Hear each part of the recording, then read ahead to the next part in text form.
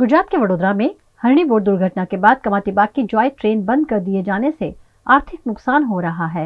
19 जनवरी को हरणी के मोटना तालाब में स्कूली बच्चों से भरी बोट पलट गई थी। उसके बाद मनोरंजन के सभी संसाधन बंद करवा दिए गए हैं। उसमें कमाती बाग की जॉय ट्रेन भी शामिल है। पिछले कई महीनों से जॉय ट्रेन बंद है। ऐसे में यहाँ आने वाले छोटे छोटे बच्चे निराश हो रहे हैं। जॉय ट्रेन के संचालकों को आर्थिक नुकसान भी हो रहा है। ऐसे में ऐसे जॉय ट्रेन को शुरू किए जाने की मांग की जा रही है।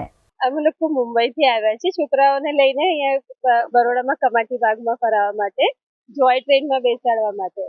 પણ 3 મહિનાથી ટ્રેન બંધ છે તો અમને અહીંયા આવ્યા પછી ખબર પડી.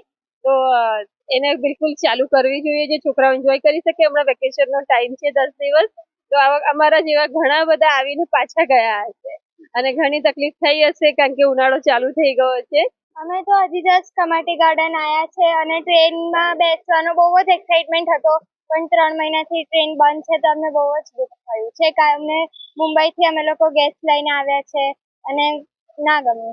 હા, ટ્રેન જલ્દીથી ચાલુ થવી જોઈએ કારણ કે ટ્રેનમાં વેકેશનમાં બહુ જ મજા આવે છે બેસવાની ને અત્યારે वेकेशन છે तो घनी मजा आवे। कमाटी बाग में जॉय ट्रेन का संचालन करने वाले मैनेजर ने इस पर बताया कि उन्होंने सभी तरह के पेपर्स वडोदरा महानगर पालिका को भेजे हैं, लेकिन अब तक पालिका ने कोई निर्णय नहीं लिया है, जिससे उन्हें आर्थिक नुकसान हो रहा है।